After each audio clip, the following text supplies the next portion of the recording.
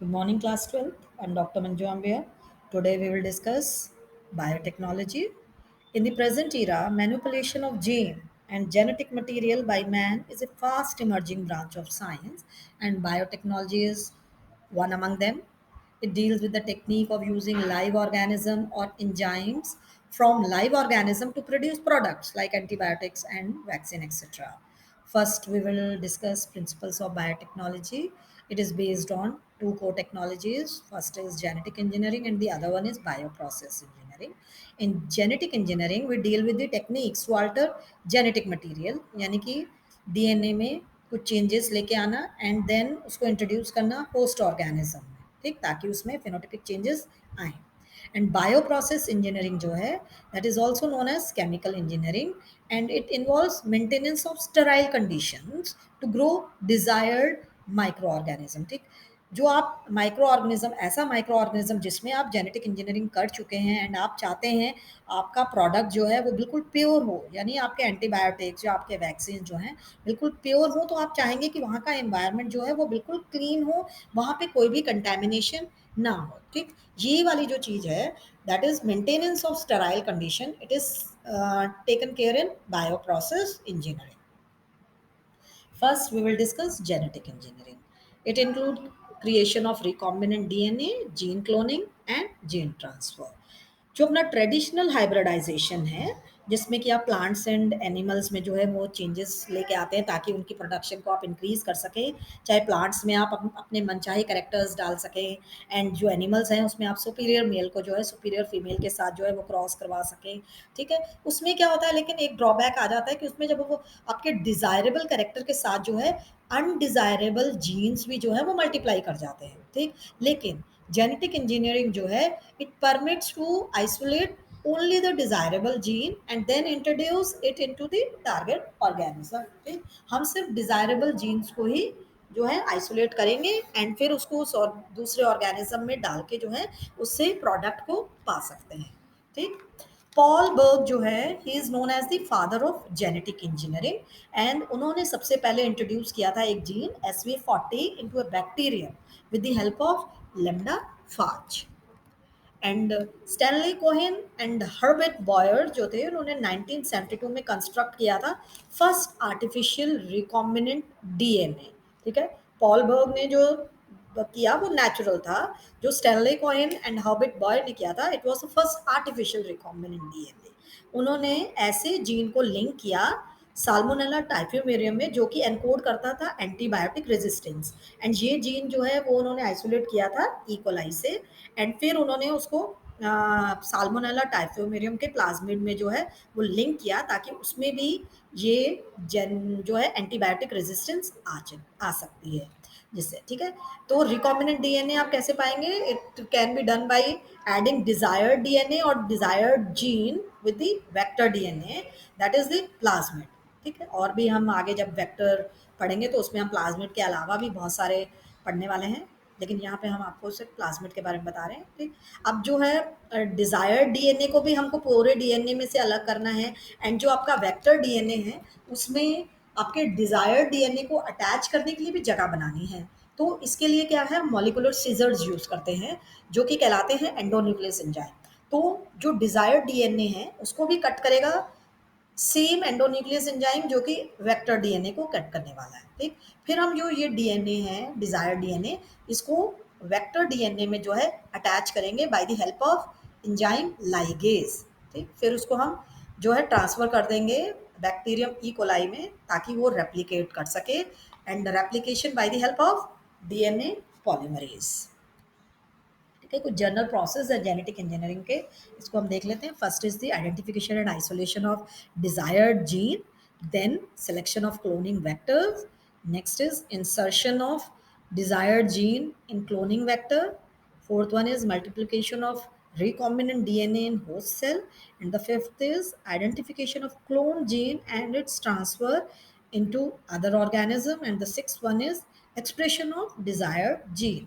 अब ये सारे के सारे जो प्रोसेस हैं ये हम वन बाय वन डिस्कस करेंगे इस वीडियो में. जो है हम फर्स्ट प्रोसेस जो है वो डिस्कस कर रहे हैं, that is the identification and isolation of desired gene. And ये जो पूरा हमारा रिकॉम्बिनेंट डीएनए टेक्नोलॉजी है, इसमें जो है हमारे 4 टूल्स यूज़ होते हैं, that is restriction endonuclease enzyme, vector, host cell and gene bank. Let's first discuss identification and isolation of desired gene. ठीक है, अब हमको डिजायर्ड जीन जो है पहले हमको पता होना चाहिए ना कि हमको कौन सा जीन जो है वो ट्रांसफर करना है। ठीक, तो पहले हम उसे आइडेंटिफाई करेंगे फिर आइसोलेट करेंगे, तो वही प्रोसीजर हम इसमें देख रहे हैं। तो सबसे पहले जो है इस प्रोसीजर को जब शुरू किया था तो वो किया था Stewart Linn and Werner Arber ने 1963 में। उन्होंने दो एंजाइम जो है आइसोलेट किए थे जो कि रिस्ट्रिक्ट कर देते बैक्टीरिया फाज की ग्रोथ को इन ई कोलाई। ठीक है, इशरिकिया कोलाई, जिसको हम ई कोलाई जो है वो नाम से बहुत अच्छे से जानते हैं। एंड वो जो दो एंजाइम्स थे, वो उनमें से एक जो है वो ऐड करता था मिथाइल ग्रुप डीएनए में, एंड दूसरा जो था एंजाइम वो कट करता था डीएनए को। ठीक है, एंड ये जो कट करने वाला एंजाइम था it was known as restriction endonuclease. ठीक है, इनको हम मॉलिक्यूलर सिजर्स भी कहते हैं।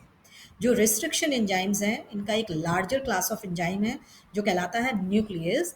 इसके दो काइंड हैं, एक होता है एक्सोन्यूक्लियस और एक है एंडोन्यूक्लियस। जो एक्सोन्यूक्लियस है it removes nucleotides from the end of the DNA. ठीक है, डीएनए के एंड में से जो है ये आपकी कटिंग करेगा, लेकिन एंडोन्यूक्लियस जो है ये स्पेसिफिक पॉइंट्स पे से ही आपको जो है कट करके देगा। ठीक है, हर एक जो आपका रिस्ट्रिक्शन एंडोन्यूक्लियस होता है उसका स्पेसिफिक पोजीशन होती है, उसका एक रिकॉग्निशन सीक्वेंस होता है जिसपे कि वो कट करता है। तो एंडोन्यूक्लियस जो है वो कट करेगा स्पेसिफिक पोजीशन पे ही।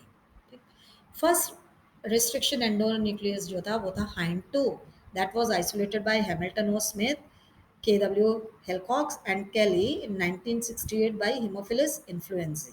ठीक, ये जो हाइंड टू है it always cut DNA molecule at specific point by recognising a specific sequence of 6 base pair. ठीक है, 6 बेस पेयर के सीक्वेंस को ये पूरे डीएनए में जो है सर्च करेगा, उसको रिकॉग्नाइज करेगा एंड देन कट करेगा। ठीक, हाइंड टू जो है इन 6 बेस पेयर्स को जो है वो रिकॉग्नाइज करके कट करता है।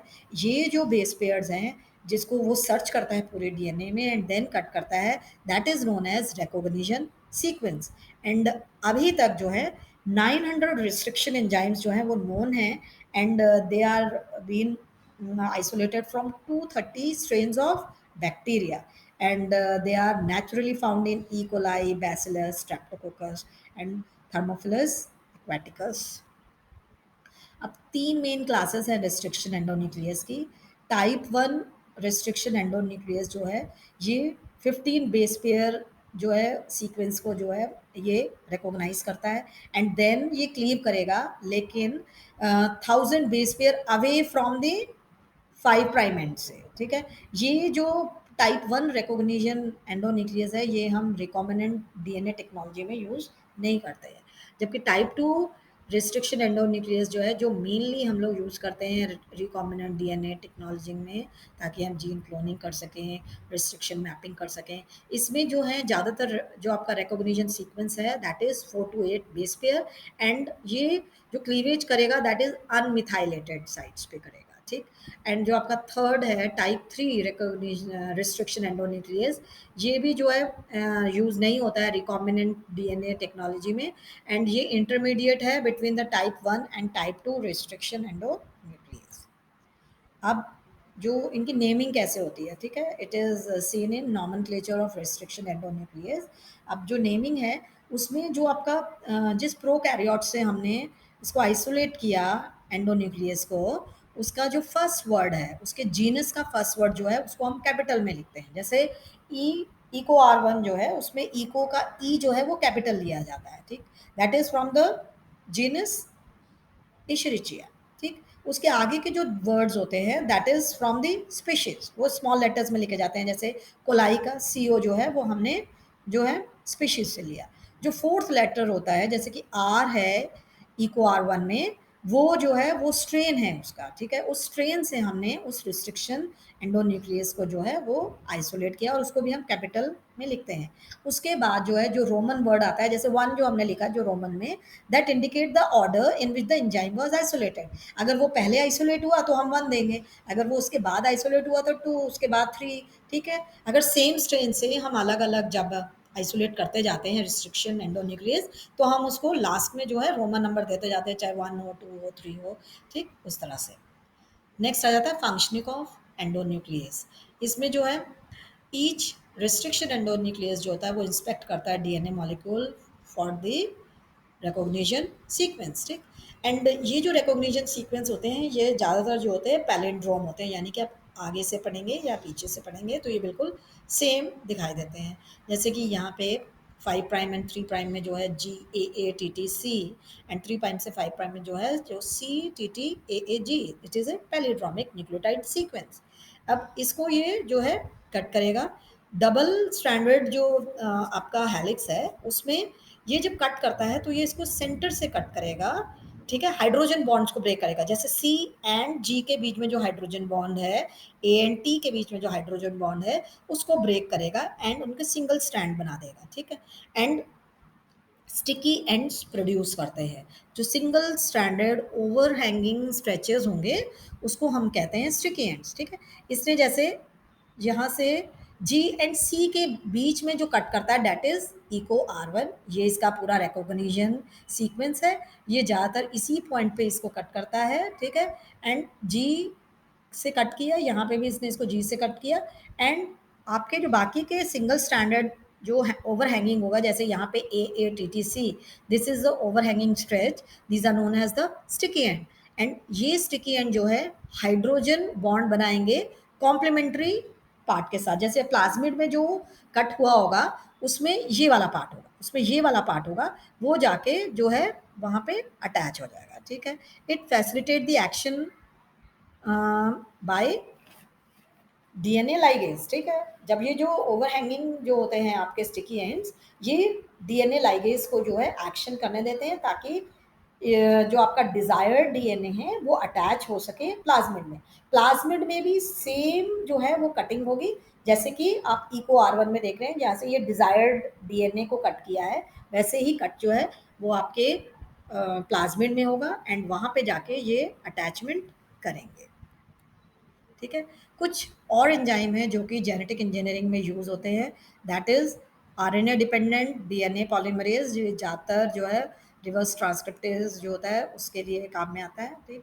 एंड इसमें पॉलीमराइजेशन होती है nucleotides of DNA stand on RNA template. And जो आपका डीएनए डिपेंडेंट डीएनए पॉलीमरेज है उसमें पॉलीमराइज हो रहा है nucleotides of complementary DNA stand on DNA templates, ठीक है। लाइगेज जो है वो ज्वाइन करेगा दो डीएनए फ्रैगमेंट्स को by forming phosphodiester bonds. And जो आपके लाइसोजाइम्स हैं they will dissolve bacterial cell wall to get DNA for genetic experiment. अब जो आपका डीएनए है वो बैक्टीरियल सेल के अंदर है, अब उसके सेल वॉल को जो है वो डिसॉल्व करना पड़ेगा तभी आप डीएनए तक पहुंच पाएंगे। तो उसके लिए जो है लाइसोजाइम एक्ट करता है वॉल पे, उसको डिसॉल्व कर देता है एंड आप डीएनए तक पहुंच पाते हैं एंड उसको आप जेनेटिक एक्सपेरिमेंट यूज़ करेंगे, ठीक है। जो एल्कलाइन फॉस्फेटेज है ये क्या करेगा, कट करेगा 5' एंड को सर्कुलर डीएनए में एंड उसको लीनियर रहने देता है, लीनियर करेगा ताकि आपका डिजायर्ड फ्रैगमेंट जो है वहाँ पे इंसर्ट हो सके। अगर वो सर्कुलर हो जाएगा वापस से तो वहाँ पे इंसर्ट होना बहुत मुश्किल हो जाता है। तो जो है इसमें 5' एंड जो है सर्कुलर डीएनए का उसको लीनियर रखने में एल्कलाइन फॉस्फेटेज जो है बहुत ज़्यादा हेल्प करता है, ठीक है। यहाँ पे हम लोगों ने जो है अपना आइडेंटिफाई भी कर लिया डीएनए स्ट्रेच एंड हमने उसको आइसोलेट भी किया है। अब हमको क्या करना है, इसको सेपरेट करना है, हमको इसको सेपरेट करना है, आइसोलेट करना है इस डीएनए फ्रैगमेंट को, क्योंकि हमने अब अपना डिजायर्ड डीएनए पा लिया, हमने उसकी कटिंग कर ली। इसके लिए जो फर्स्ट हम लोग यूज़ करते हैं that method is known as gel electrophoresis. इस टेक्निक में जो है हम लोग डीएनए को जो कट पार्ट है उसको, जैसे डीएनए हम जानते हैं कि नेगेटिवली चार्ज है, उसको जो हम फोर्स करते हैं एक इलेक्ट्रिक फील्ड में जो कि हम प्रोवाइड करते हैं एग्रोस जेल में या पॉली एक्राइल एमाइड जेल में, ताकि वो जो आपका नेगेटिवली चार्ज डीएनए मॉलिक्यूल है वो मूव कर सके एनोड के तरफ, ठीक है। यहाँ पे जैसे आप जो ये वेल्स देख रहे हैं 1 2 3 4 यहाँ लिखा है, इन वेल्स में जो है हम लोग जो है डीएनए मॉलिक्यूल्स डालेंगे एंड ये जो एग्रॉस है ये सीव जैसी होती है, छन्नी जैसी होती है, जिसमें कि डीएनए मॉलिक्यूल जो है वो मूव करता है आगे की तरफ। जो सबसे छोटे होंगे साइज में, यानी जिनका मॉलिक्यूलर वेट सबसे कम होगा वो सबसे आगे मूव करेंगे एंड जो बड़े होंगे वो पीछे ही रह जाते हैं, ठीक है। Smaller the DNA fragment size the farther it moves, मतलब वो उतने दूर चले जाता है। जैसे यहाँ पे आप देख रहे हैं सबसे दूर चला गया, ये सबसे छोटे साइज़ का डीएनए फ्रैगमेंट होगा। ठीक, उसके बाद जो हम इन डीएनए फ्रैगमेंट को जो है स्ट्रेन करेंगे इस पूरी जेल को एंथीडियम ब्रोमाइड में, एंड हम इसको विजुअलाइज़ कर सकते हैं यूवी लाइट में, एंड हमको ऑरेंज बैंड्स नज़र आते हैं। अब आपने जब देख लिए ये ऑरेंज बैंड्स, उसमें से जब हम डीएनए फ्रैगमेंट को कट कर रहे होते हैं उस जेल में से, then that process is known as elution. ठीक है, नेक्स्ट जो हमारी है that is the blotting technique. Blotting technique जो है, ये तीन मेथड है इसके, एक है Southern blotting, northern blotting and western blotting. इसमें जैसे कि ब्लॉट जो वर्ड है that is for the membrane. Southern blotting में जो है हम लोग डिटेक्ट करते हैं DNA, and it was given by EM southern in 1975। And northern blotting जो है, इसमें आप डिटेक्ट करते हैं आरएनए। इसको एल्विन एटाल ने 1979 में जो है वो डिस्कवर किया था। जो आपका वेस्टर्न ब्लॉटिंग है, इसमें डिटेक्ट किया जाता है प्रोटीन, जो कि टॉबिन एटाल ने 1979 में जो है फाइंड आउट किया था। ठीक है, यहाँ पे हम सदर्न ब्लॉटिंग टेक्निक को कुछ समझ लेते हैं। सबसे पहले जो है डबल स्टैंडर्ड डीएनए जो है, उसको उसमें से आप डिजायर्ड जीन को जो है कट करेंगे। उसको कट करने के लिए आप कौन सा एंजाइम यूज कर रहे हैं? रिस्ट्रिक्शन एंडोन्यूक्लियस एंजाइम यूज कर रहे हैं, जिससे कि डीएनए फ्रेगमेंट्स हो जाएंगे। फिर आप इन डीएनए फ्रेगमेंट्स को जो है अलग करेंगे by gel electrophoresis. Gel electrophoresis के बाद जो है आपको जैसे ही वो जेल मिल गई, अब हम इसको प्लेस करेंगे बफर में, जो कि ट्रांसफर बफर है। एक ट्रे में आप लेंगे, उसके अंदर आप प्लेस करेंगे ग्लास या फिर एक ऐसा सपोर्टिंग मटेरियल जो कि स्पॉन्ज भी हो सकता है, उसके ऊपर आप जेल रख देंगे। इस जेल के ऊपर जो है मेम्ब्रेन प्लेस की जाती है। ये जैसे ये मेम्ब्रेन है, इस मेम्ब्रेन के ऊपर जो है, ये मेम्ब्रेन जो है ये नाइट्रोसेलुलोज भी हो सकता है या फिर नाइलॉन मेम्ब्रेन भी हो सकती है। नाइलॉन मेम्ब्रेन जो है वो ज़्यादा स्ट्रांगली बाइंड होती है डीएनए के साथ। उसके ऊपर आप पेपर टाल रखते हैं, एंड फिर उसके बाद जो है आप वेट्स रखते हैं। अब ये जो बफर है, it will move upward bye capillary action. ये धीरे धीरे मूव करेगा अपवर्ड, फिर जेल से होते हुए जो आपका डीएनए भी जो है उस बफर के साथ जो है मूव करते हुए जो है मेम्ब्रेन में ट्रांसफर हो जाएगा डीएनए। एंड जब आपका पेपर टॉल भी पूरी तरह से जो है वेट हो जाते हैं, तो इसका मतलब हो जाता है कि मेम्ब्रेन जो है उसने डीएनए जो है वो ले लिया। अब जो है हम प्रोब जो है वो डालेंगे इसमें, ताकि प्रोब से क्या होगा? हाइब्रिडाइजेशन होगी। ठीक है, यहाँ पे जब हम लोग जेल इलेक्ट्रोफोरेसिस है, जेल जेल इलेक्ट्रोफोरेसिस के वक्त ये होता है, डबल स्टैंडर्ड ही आपको डीएनए मिला। अब यहाँ पे जो डबल स्टैंडर्ड डीएनए है, इसको हमको सिंगल स्टैंडर्ड करना है। इस सिंगल स्टैंडर्ड करने के लिए, सिंगल स्टैंडर्ड डीएनए करने के लिए जो है हम उसको ट्रीट करेंगे with mild alkali solution that can be NOH solution. ठीक, ताकि सिंगल स्टैंडर्ड डीएनए हो जाए। अब इस सिंगल स्टैंडर्ड डीएनए को जो है हमको जो है हाइब्रिडाइज करना है प्रोब के साथ। ये जो प्रोब होगा, इसमें जो है हम इसको जो है फ्लोरेसेंट टैग भी कर सकते हैं, या फिर आप इसे रेडियो लेबल्ड भी कर सकते हैं, ताकि बाद में आप इसे डिटेक्ट कर सकें।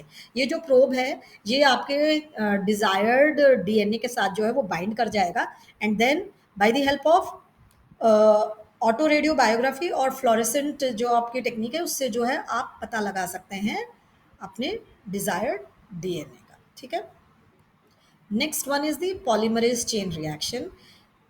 कैरी मुलिस जो थे, उन्होंने डेवलप की थी ये technique for the synthesis of multiple copies of desired gene. ठीक है, हमको एम्पलीफाई करना है। डिजायर्ड जीन जो है वो हमको मिला, लेकिन वो स्मॉल क्वांटिटी में था। अब हम उसको, उसकी जो अमाउंट है उसको इंक्रीज करना है। ठीक, उसकी जो अमाउंट को इंक्रीज करने के लिए जो है ये टेक्निक दी थी कैली मुलिस ने 1955 में। इस साइकिल में जो है बेसिकली 3 स्टेप्स हैं। एक है डीनेचुरेशन, जो कि 96 डिग्री सेंटीग्रेड पे होता है। एक इसमें क्या होता है, हीट ट्रीटमेंट दी जाती है। हीट ट्रीटमेंट जो है 96 डिग्री सेंटीग्रेड पे दी जा रही है, जिससे कि डबल स्टैंडर्ड डीएनए जो है वो अलग हो जाएगा, सेपरेट हो जाएगा, एंड आपके जो हाइड्रोजन बॉन्ड है वो ब्रेक हो जाएंगे, एंड सिंगल स्टैंडर्ड डीएनए रह जाएगा। ठीक, एनीलिंग जो है that is at 55 degree centigrade.